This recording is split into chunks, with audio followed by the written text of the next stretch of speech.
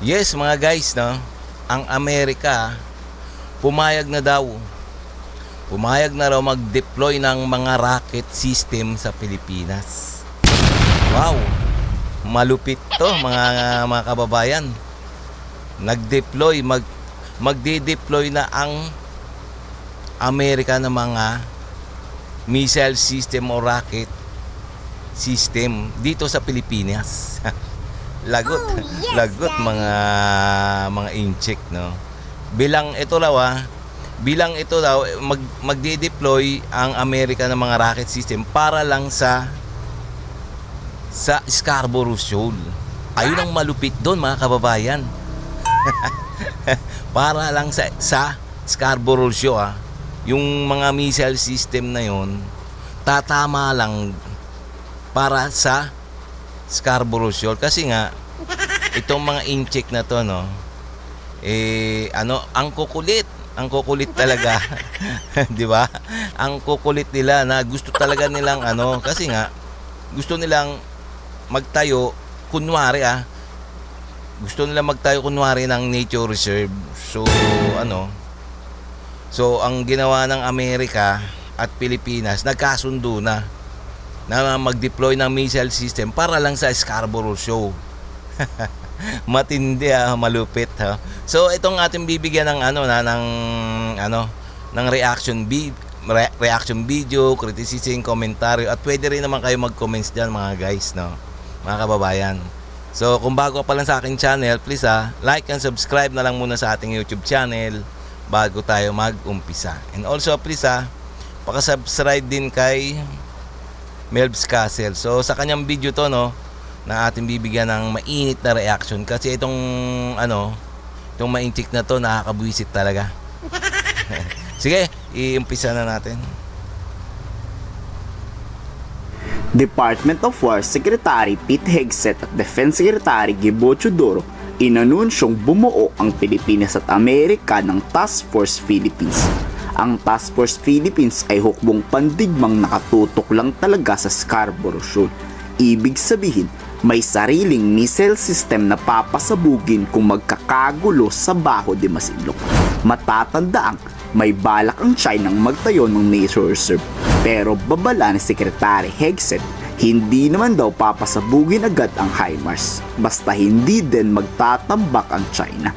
China nga ang magdidikta kung magkakagulo ba o hindi. What it is, that this is a critically important partnership for us.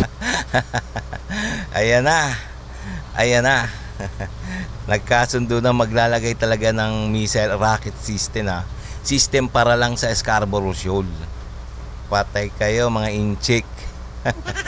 Kayo pa lang magiging dahilan ng gera once na nagpumilit na nagawing nature reserve kunwari ng mga incheck itong Baho de Masinloc. Lagot na. Kaya naka-ready na ang Amerika at Pilipinas. Our alliance has never been stronger. Our mutual defense treaty is the bedrock of that. We share concerns about China's coercion in the South China Sea, particularly recently in Scarborough Shoal. It bears repeating that mutual defense treaty is critical for both of our countries. Either of our forces anywhere in the South China Sea, it is applicable. And we don't seek confrontation, but of course we're ready to protect our interests, individually and mutually. And that's why we're publicly announcing the Task Force Philippines here with you today, which will be another step in our cooperation. Increasing interoperability, exercising, and preparedness for contingencies so that we can decisively respond to crisis or aggression and reestablish deterrence in the South China Sea. Banat pa ni Secretary Gibo sa mga Chinese Coast Guard, wala kayong dapat ikabahala, China. Kung rerespetuhin nyo ang Philippine Coast Guard at BIFAR, wala tayong magiging problema. Papabayaan nyong mangmangis ng kababayan naming Pilipinong nais lang maghanap buhay. Pero kung ipagpapatuloy ba din ang pagtataboy at pagtatambak, babala ni Secretary Gibo, aatake ang Pilipinas ang Amerika ng naayon sa international law. Karapatan daw ng Task Force Philippines, depensahan at protektahan ng teritoryo ng Pilipinas. US-Philippine alliance should not Ayan na. Kung dapat talaga tong mga inchik na to, dapat sana pinaalam nila yung mga balitang ganyan, no? Sigurado yon mababahag ang buntot. Sigurado, ayan, no, nagkasundo na ang war expert ng Amerika at si Gibo, na talagang magtatayo ng missile system para lang sa Scarborough Shoal. Sa Scarborough Shoal kasi once na ano yan, nagumalaw ang mga inchik na to, no, sa Scarborough Shoal, at ginawa nila, nagumpisa na sila magtayo ng mga struktura diyan sa Bao de Masinloc. Ayun na. Lilipad na ang mga rocket system para lang sa kanila. Ayun ang kasunduan ng Amerika at ang Pilipinas. Kaya mga inchik, patay na. Huwag kayong magkakamaling gumalaw diyan sa Bao de Masinloc namin. be seen in isolation, because the alliance and moving forward now are based on fundamentals. These fundamentals are respect for international law, respect for territorial integrity and sovereignty.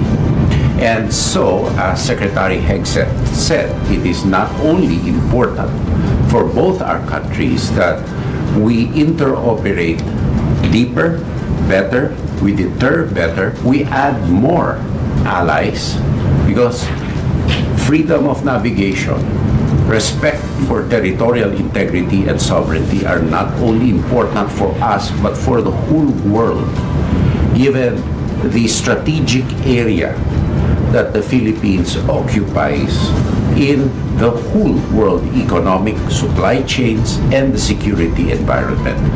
So we look forward to deepening the alliance, not only now but for future generations of freedom-loving people that both the United States and the Philippines represent. Yes. Grabe si War Secretary Hegseth at Secretary Gibo, talagang may unit na inilagay para kung magkakagera Yun. talaga sa Scarborough Shoal o Bao de Masinloc, may aatake agad at re-respack. Kayo, pabor ba kayong may nakatutok na militar dyan? Ikomento sa baba ang inyong salubin. Yes, kababayan, mga guys. Siyempre, no, kung ako tatanungin, siyempre, payag ako, no, magkaroon ng tututok na mga missile system dyan para sa Bao de Masinloc. Nang sa ganun kumalma to, no, kumalma tong mga inchik, tong mga singkit na to, no.